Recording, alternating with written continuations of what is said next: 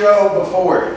I see a lot of new faces. Awesome. All right. So what I would tell you is this: since you haven't seen this show before, you probably haven't seen me perform either. So while you shouldn't judge a book by its cover, when you look like a Christian lifestyle magazine model, it's kind of hard to shake that image.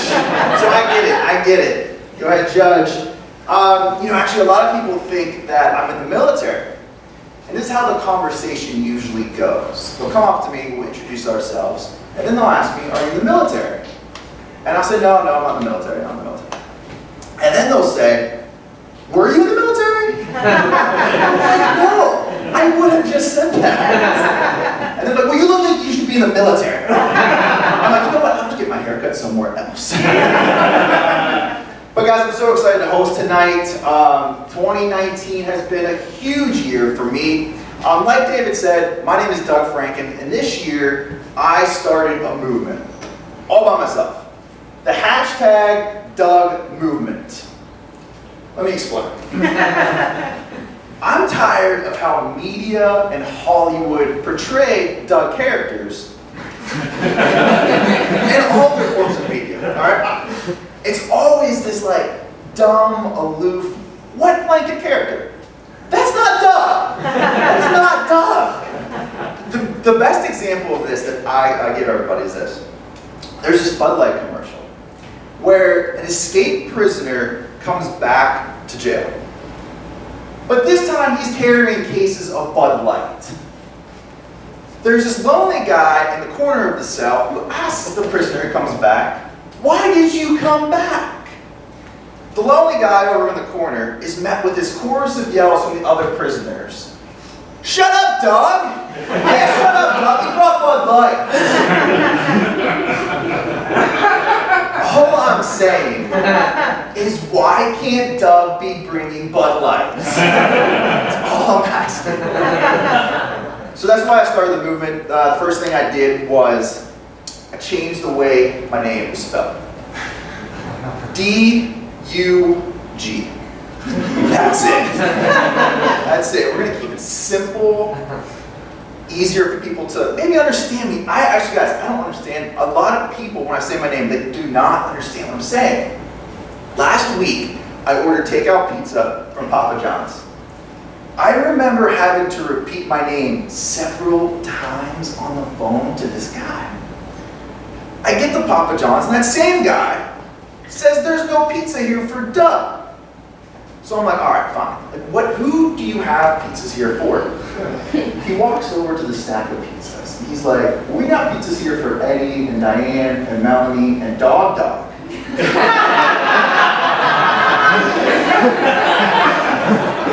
My name is fucking Doug.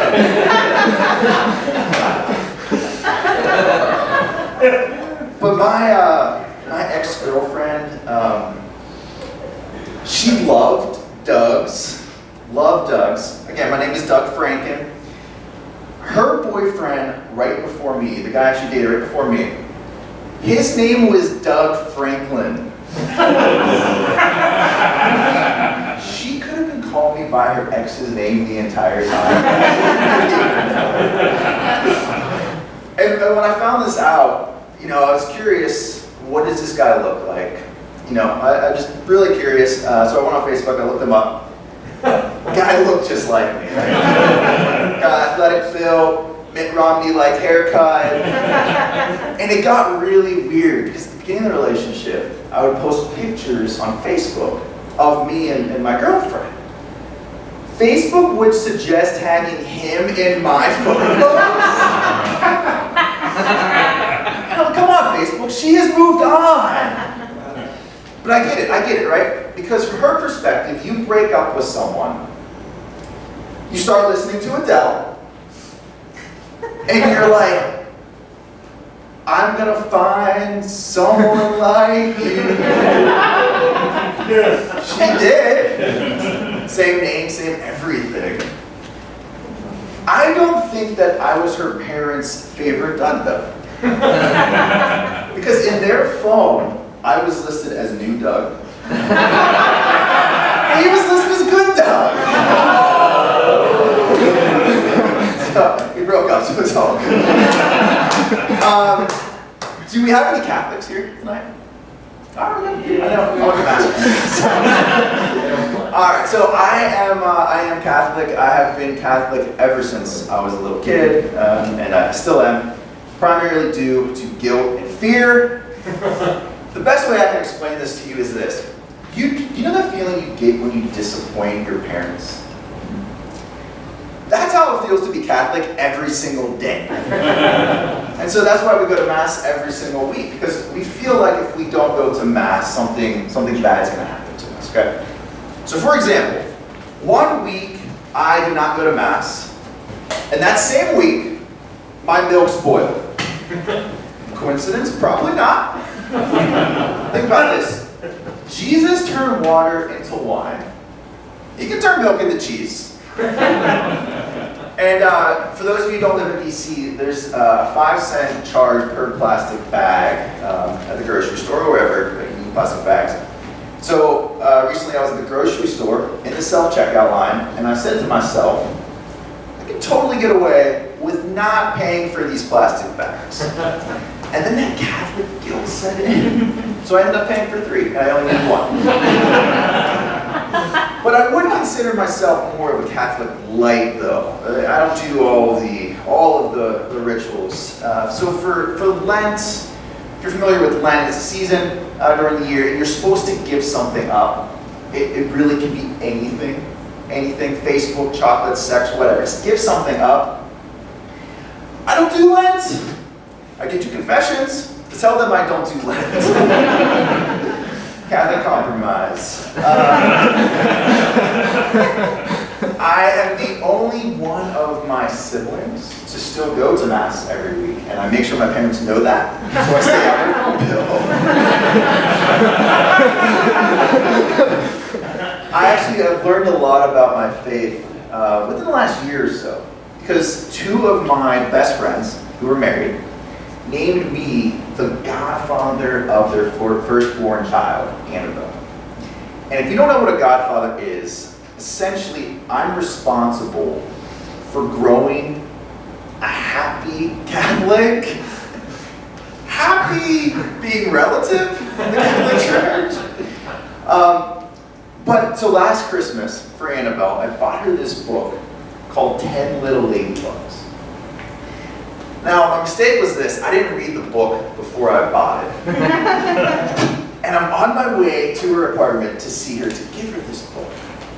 And I'm kind of flipping through the pages, and I realized that on every single page, a ladybug is disappearing.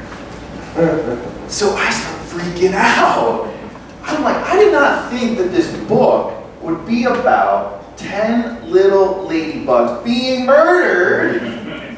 So what I did was I quickly went on Amazon. I wanted to see if others thought this book was as morbid as I did. And the reviews were in, yes, they did.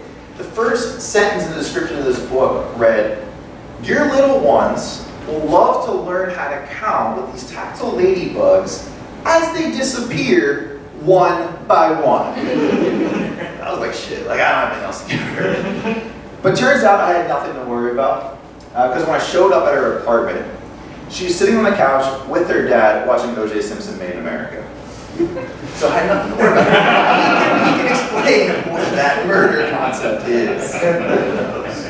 I love being a godfather. I love being a godfather. I'm not sure I'm ready to be a father yet. I'm afraid of being seen as that creepy dad at Disney World. And based on a recent experience, I may turn into that creepy dad at Disney World. I hadn't been to Disney World in like 20 years, okay? And I was loving reliving my childhood, and I wasn't gonna leave Disney World without getting a picture with Cinderella. My girlfriend at the time acquiesced, and so we went to Cinderella's castle, we walk in, and we go to take a picture with Cinderella, okay? Cinderella's standing there, my girlfriend walks to the right of Cinderella, I walk to the left of Cinderella. What I do, I just simply put my arm out to take a picture with Cinderella. In the most princess-like fashion, quicker than you could say bippity boppity boo, she grabs my arm, pushes it back up against my stomach and delicately says, "My Prince Charming keeps his arm right here." And I didn't have time to adjust for this picture. I'm just like, I was so mortified. My girlfriend's on the other side of Cinderella, like, "Did you just try to touch her ass?" No. I was just so humiliated, and I thought, like, should I say something to Cinderella to clear the air? But I just didn't have time. Like, her mics were shooing me away. But I remember looking back at Cinderella, and she was looking at my girlfriend, smiling, waving, just like. And she looked at me. And that was the time where I realized I need to stop reliving my childhood. Because what I found is when you're in your early 30s, you're not married, you're wearing a Peter Pan t-shirt, the Disney princesses are not as excited to see you.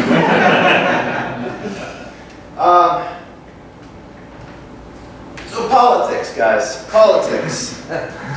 You got a lot of politicians these days who are trying to even the pay scale, right? Like equal wages for all. Which is fine, okay, all right. But I got a question for these politicians. Have they ever called the Comcast customer service line? Because those workers should be paid nothing. Nothing. And I just assume now when I call and they ask me, "Are you calling about something that you've called about previously before?" that's just a rhetorical question. Of course I'm calling about something I've called about 1,000,000 times before. But I know Comcast hates me too. They do, I know this. Because now when I call Comcast, they put me on hold. Instead of playing nice, soothing, waiting room music, they play this Tom Petty song that goes, "Well, the waiting is the hardest part. Don't let it kill you, baby. Don't let it get to you." Fuck you, Comcast. I'm sure that we can all think of bad commercials that we see on TV. And for me, in my opinion, there is none worse than that Match.com series of commercials that showcases someone on their website looking for a date. I saw that commercial last week, and I thought, wow, I've seen the same girl advertised for over 14 months. She still hasn't found a date? And she's cute, she really is, she's cute, so I'm trying to figure out, like, what is wrong? What does her profile say? Does she admit to being a muggle or something? I don't know. But I don't do online dating. I don't really do technology. When it comes to me and technology, thank God for my mom. When it comes to me and dating, thank God for my mom. When it comes to me and sex, thank God for technology. When I was in college, I had a crush on one of my closest friends. Let's just name her Christine Johnson, okay? I had a crush on Christine Johnson, and one Saturday afternoon, I was casually Facebook stalking her. The first time I searched for her name, nothing came up, which I thought was weird because we were already Facebook friends. The second time I searched for her profile didn't come up. There were no signs of male life, so that was good. I was excited. Except I never did date Christine Johnson or any of our mutual friends. Because about 5 hours after casually Facebook stalking her, my mom texted me and asked me, "Who is Christine Johnson?" Because her name is currently your Facebook status. So thank God for my mom.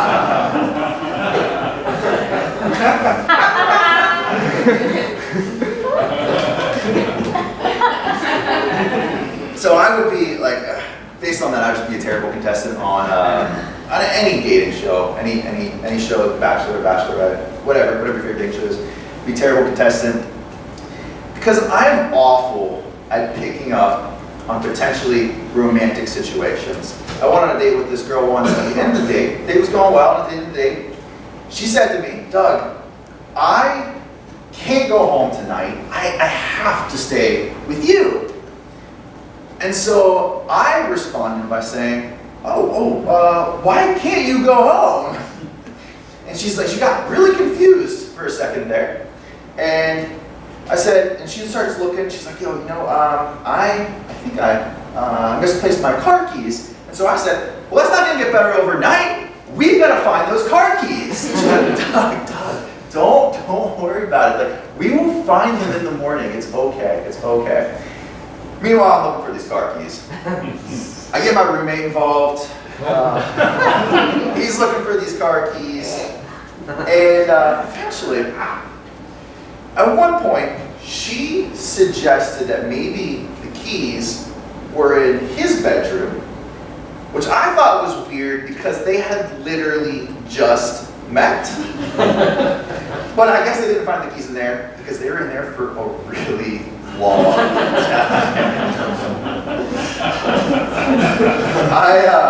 I did have a girlfriend. I lived with her for about 2 years, and what I learned from living with her is that I can't fold women's laundry. I really can't. Folding women's laundry makes folding fitted sheets look easy. But like, women's clothes have like ribbons and bows and buttons and just all these bells and whistles and like surprisingly no pockets. I just can't do it. But I'm a perfectionist, and so I want to learn how to do this. So I started taking a class. Self-taught,